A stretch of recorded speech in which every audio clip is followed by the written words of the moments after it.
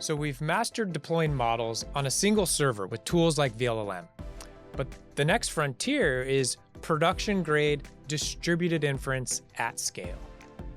This isn't just about adding more machines, it requires a new kind of intelligence in the infrastructure itself. So today on the podcast, we've got Carlos Costa, a distinguished engineer at IBM Research, a leader in large-scale compute, and a key figure in the llm-d project.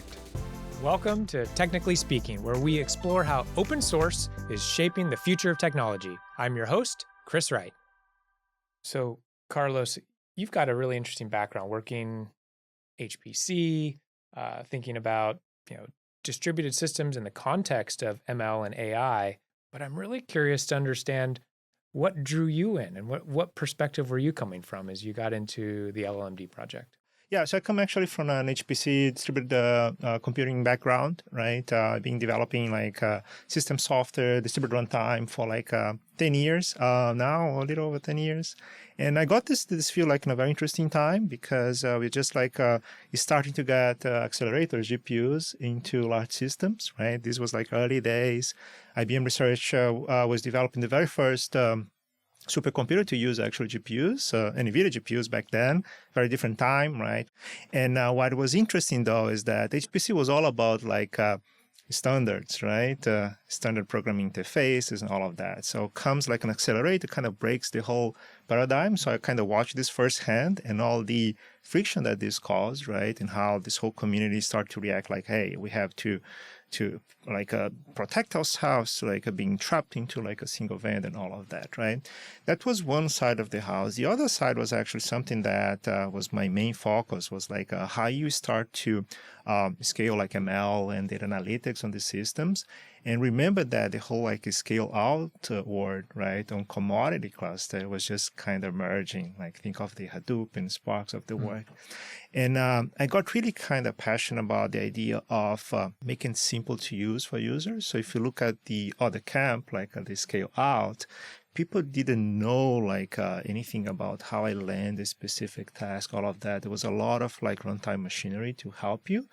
You probably were not hitting super high performance, but it was easy. It was accessible, right? As opposed to HPC, which was traditionally very specialized. So I've been advocating for these conversions of words, especially around the standards like Kubernetes, how we could evolve Kubernetes to better address some of these workloads that now require specialization at many layers, right? And that's how how I got to this, right? And so I think kind of driving principle here is really open source, right? How we drive standards, how this can help us democratize access, and of course the whole new AI workloads, of course, make this even harder because now we're using some of the same building blocks, right? Yeah, I think there's a lot of learning that comes from HPC, from distributed compute. Certainly from the application point of view, we put a lot of effort into Kubernetes and actually making it easier to build scale-out applications. But the specialized use case of embarrassingly parallel workloads and then introducing an accelerator, a GPU in this case, there were some interesting challenges right there with, say, the network connectivity and building this large distributed system. Right. I love that you had a focus on ease of use because often these are scientific systems built and run by scientists. Right. So making it easy to use. What did you find some of the challenges in that first phase before we got into this scale-out inference? Yeah, it's just amazing, even from a packaging perspective, right? Remember that I was referring to some of these kind of early systems, right? CUDA was just kind of come to the picture, right? Now you have to worry about packaging something that requires specialized drivers and all these things, right? So that created a lot of challenges that kind of broke a little bit. Again, the paradigm, how you do things, right? And even though some of these things they were solved in the cloud side, right, comes this new kind of specialized hardware. It was just hard to evolve. And I think for the most part, it's still a big problem today even, right? We're still kind of in the road. But one key element is really abstraction, right? Design the right levels of abstraction, have many of them. That's what helps us to kind of create that ease of use. So you have different entry points, and then you can abstract all the way to again, to the level that users don't really need to know a lot of this machinery. That's Holy Grail. So I'll make an assumption that the first phase, I'll just call it traditional HPC. Subsequent phase, probably more focused on things like scale out training, where we're already trying to do these large scale tasks. Right. And where did you start to see that transition from scale out training to recognizing that we could use that same kind of mindset and infrastructure to do scale out inferencing, which we had sort of mastered on a single node? Yeah, I think, for inference, things start to get more interesting when we moved away from like very simple request models. They become much, much, much larger, right? Of course, now even with MOE, mix of experts, where you have like parallelism at a different level, right? So communication and distribution of like tasks across like nodes became something very critical also to inference, right? So the lines between like training and inference, I think, the type of like constructs that you use become kind of blurred, right? And that's how we got here. And also, again, inference itself, I think we'll talk more about this, right? At first, we thought about this like, hey, this is like one big monolith, right? It's like do prefill, decode, one thing, right? But from a compute perspective, it's like a very distinct steps, right? So now, we have a much better granularity. So the problem of orchestrating different tasks with different compute requirements became very central. Yeah. Well, that sort of lays the foundation for the launch of llm-d. As we were looking from a Red Hat point of view of scaling out inference, we were looking at the core building blocks, those primitives of disaggregated prefill and decode, and then how do you scale that across the system? And our interest was in connecting that with Kubernetes. So it was looking at building off of this sort of well understood, call it industry standard kind of infrastructure. What did you see in terms of the problems you were hoping to solve, and what drew you into the llm-d project at its inception? Yeah, maybe we'll take a step back, just tell a little bit of like the story behind it, how, it was this kind of match made in heaven actually that led to llm-d, right? Because again, I'm of course coming from IBM Research, and the mission of research is really to look at like inflection points, of course, like way ahead. So we help the company, right, to kind of, again, identify technologies that are important to our business before these things, of course, pan out. So for the past like year or so, research for us was very clear that inference was like where a lot of the pain, a lot of the volume, a lot of the opportunity actually was. So we started to look across the stack, and you bump into a lot of challenges, right? The things like, hey, how you do better is scheduling for like inference requests, right? How you do better cache management and all these things that are very central to make this platform very efficient. How you do faster model loading, a lot of challenges. It kind of touches across the whole stack.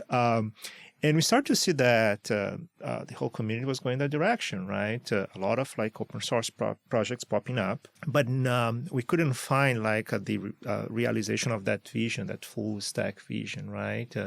We felt like, hey, we really need like a common AI stack. There are some kind of building blocks popping up, but the control plane really was something that was missing, right?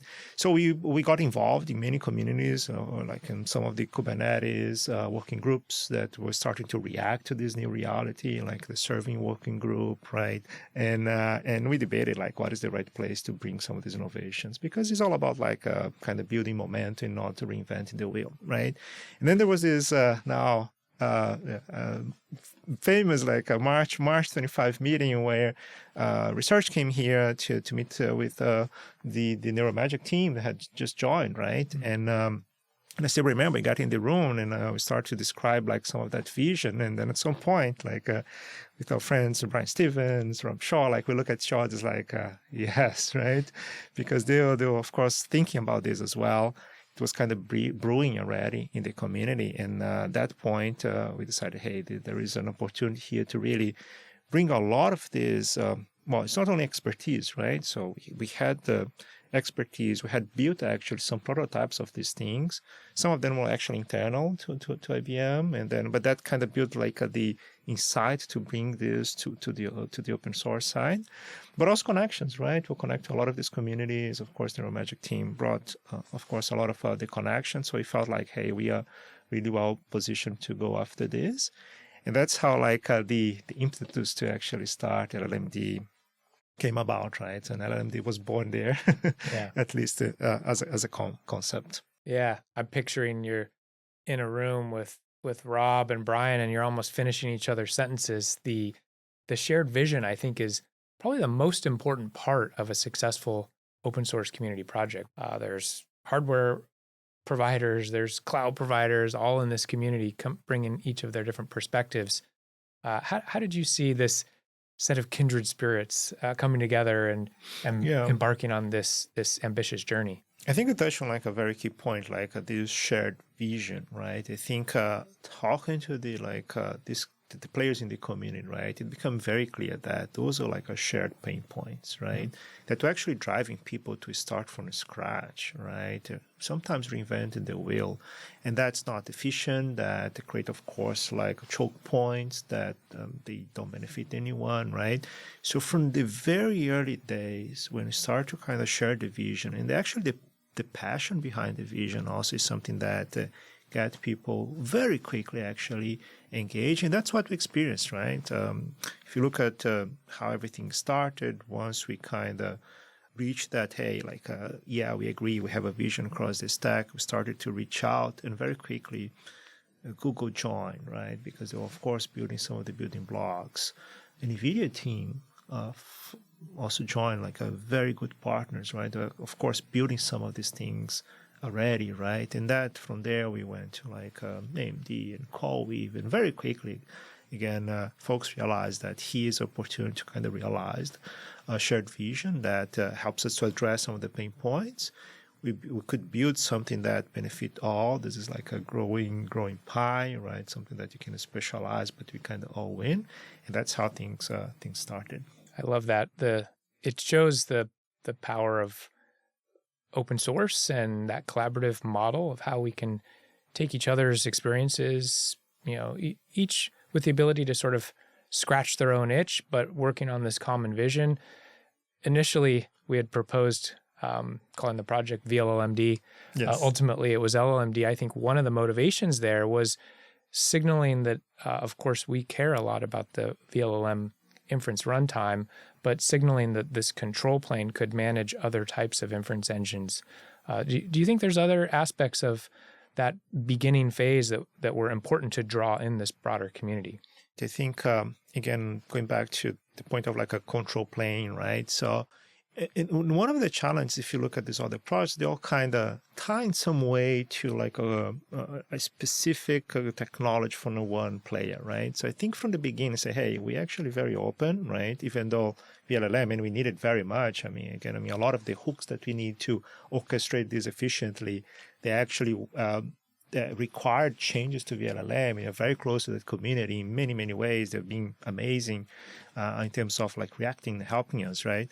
But VLLM is like one engine, and we acknowledge from the beginning that, hey, we could embrace other communities because they have similar challenges, right? Mm-hmm. You can look at SGLang and others, right? The orchestration layer, if you're really serious about this, is agnostic, not only hardware level, but also engine level, right? Making that very clear from the beginning was very important, right? And it's not just like lip service, to be honest. It's just, again, if you look at the abstractions and the modules, they are actually agnostic to the hardware. In fact, when we released llm-d, day one, it was already running on NVIDIA, AMD, mm-hmm. Google folks had like a TPU. So it's very much like this core value proposition. So again, making sure that we were building modules that were agnostic, I think that was key to the beginning of llm-d. Now we have Kubernetes already. We're already running AI workloads on Kubernetes. We can launch a pod with an inference engine in it. There's load balancers, there's scaling. There's a lot of the building blocks, but they don't quite fit the AI workloads. That's a very actually central design point, right? Kubernetes has been around for some time. It's proven for like scaling. The problem though is that inference requires a different beast, right? They come in different shapes, right? They're not like uniform. They require like hard affinity, right? And in many ways, Kubernetes as today was not really designed for this, but it can evolve, and it is evolving. There was already this realization in the Kubernetes community, like how we can extend things like the gateway API to also include some like a model awareness, right? And that's exactly what we start to build on, right? Very central to llm-d is the fact that, hey, we'll build around Kubernetes. We add the specialization to create inference request with state awareness, right? Things like my KV state or locality, hard affinity, all of that, right? So that gives you much better ability to do smarter scheduling, because in this world, if you make mistakes, it's a big price. So you don't want to over provision. You don't want to, of course, kind of send to the wrong hardware and so on, right? So very central to llm-d is the idea of let's use prefill decode disaggregation to do a better like scheduling allocation. Makes perfect sense, but adds a lot of complexity because now we have to coordinate two different pods. There's a handshake, how you transfer KV, and all of that. So at llm-d, we basically have this inference scheduler that is a way of PD, orchestrate that handshake, and gives you this ability of doing a much better allocation, right? So that's one, very central. The other one is actually related to this trend of MOEs or sparse models, right? Which is very important because, again, we all seen that the super large models, the dense models like Llama 405B, they're super expensive to run, right? Reason why they're not getting a lot of traction. The other end of the spectrum is sparse models, mixed of experts, right? The caveat, though, is that they require a lot of very long batches and parallelism across many GPUs. Right. And now we have another very interesting scheduling problem because not only prefill decode, there's actually orchestration of many pods for one single inference request. Very similar to llm-d is also how we support that, what we call wide parallelism, and how we leverage Kubernetes constructs, emerging ones like the leader worker set, to orchestrate pods in gangs. So this builds on like a deployment, there's a stateful, and then now leader worker set. And what it gives you is this ability again to deploy things as a gang, right? And we're using this to enable expert parallelism in llm-d, very wide, so you can do like many GPUs. And that's a very, very big and important feature that is coming. And when we pair this with like prefill decode disaggregation, we can have this very fine-grained control, like level of parallelism for prefill, level of parallelism for decode, and do all this orchestration across this very complex scenario now. A couple of different thoughts in here. Do you see the potential for taking that fine-grained approach and recognizing different requests requiring different types of resources as a building block to creating heterogeneous infrastructure where portions of the infrastructure could be optimized, the memory bandwidth constraint part of decoding versus the compute constraint part of prefilling it? Is that something that comes into play? That's a great point, Chris. Yeah, I mean, one big motivation to just, again, have more control, make it more granular, right? Decoupling, exactly because of that. Because now we understand much better the requirements. We have ability to score these things when they come in. And now we can send in different ways, right? So the idea of, hey, we can even have like different hardware now for these phases is absolutely a goal. It's like a design principle. The fact that you're building like abstractions and layers in a way that helps that. Right. Something that we do from the get-go to enable. There's a lot of work, of course, ahead, right? This is easier said than done. Absolutely in that direction. I think we have core building blocks to get to there. It's part of our shared roadmap with the community, but it's absolutely something needed to get to that point. Yeah, and the value there would be maybe reducing the overall cost of the hardware required to support these large models and heavily saturated workloads. Is there a connection between the that intelligent scheduler that we've been talking about and the MOE level scheduler. I mean, one of the aspects of DeepSeek that was talked about when it first came out was MLA, its reasoning capabilities, and then also clever routing. Right. To me, they're connected, but maybe that's misunderstanding some of the building blocks of llm-d. Yeah. No, it's a great question. I think we get this question all the time because, and that's the challenge maybe in this field. There's so many layers, and sometimes the terms they overlap. So when we say like a router, at some point people would think like, oh, I'm routing to different models. That's one level of routing. It's not what we're talking about, right? Yeah. That's why we say like inference scheduler these days. But then there's the routing at the MOE level, which is a different level, right? Mm-hmm. So this is, again, something that happens at, again, the model level, right? So there is no like direct connection. But of course, again, there are hints, right? Because routing is all about like where you send compute and all of that, right?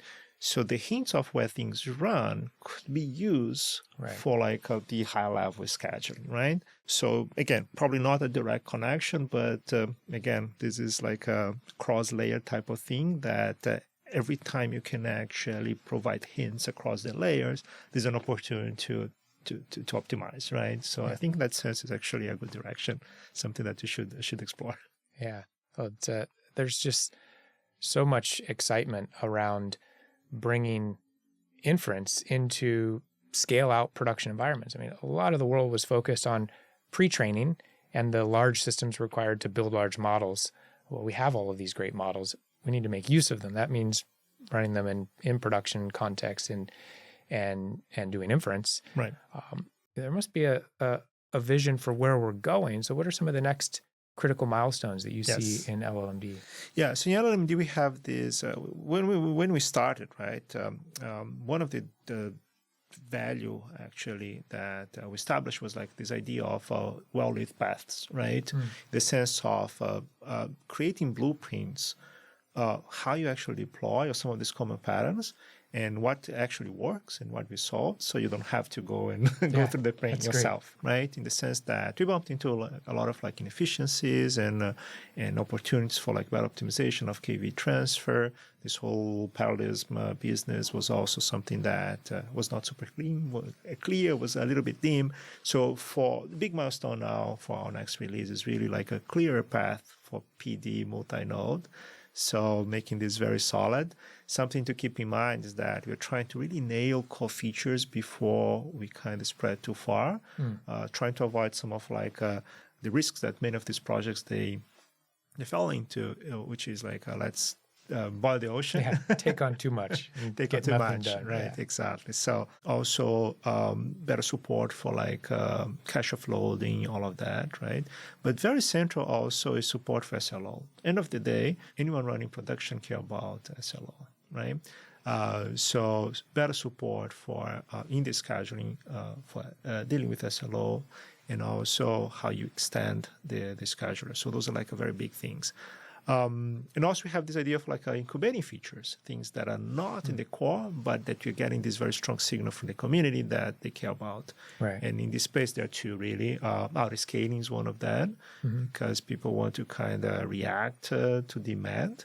And the other one is this idea of cold start, right? Or like, again, how you kind of minimize, amortize the price of loading a model, right? And it's very, very important we have like a multi-model scenarios. Another one that's incubating we're super excited about. What do you see about the getting involved? Like, what's your call to action? What would be the thing for people listening and getting interested in llm-d to take on? Yeah, we are absolutely just starting, right? Which means like there are many opportunities to get involved. This is an alpha project, right? Meaning like there are things to fix, right? So come and help us. So if you are running an inference platform and feeling these pains, we have a home from you. llm-d is moving very fast. I think we're here in this community. Come bring your requirements. Come take a look and see what you can improve. We very much want to hear from how people are using this in the field. What are the things they care about the most so we can adjust. So we are a very open community. We run weekly community calls. We have 7 special interest groups, very active actually, very nice discussions. So if you want to get a feel of what is going on in llm-d, how you can influence, do join these calls. We have llm-d Slack where you can chime in and ask questions, drop requirements, complaints, things that don't work. Very much want to hit those as well. That's how we get better and improve. And we absolutely want to hear from you, and please do join this community. That's awesome. Well, Carlos, really appreciate you spending the time and helping us understand what's going on, not just broadly within llm-d, but really digging in and giving us the insights of what it means to do production grade scale out inferencing. Yep, great. Thanks a lot, Chris. Thanks much.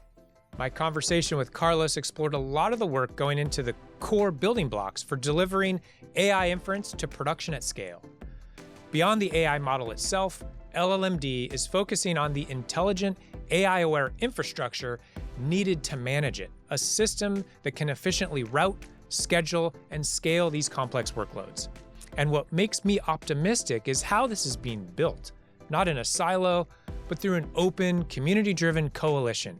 It proves the next leap for AI won't just be a new algorithm, but the open standard platforms we build together to make this technology practical for everyone. Thanks for joining the conversation. I'm Chris Wright, and I can't wait to see what we explore next on Technically Speaking.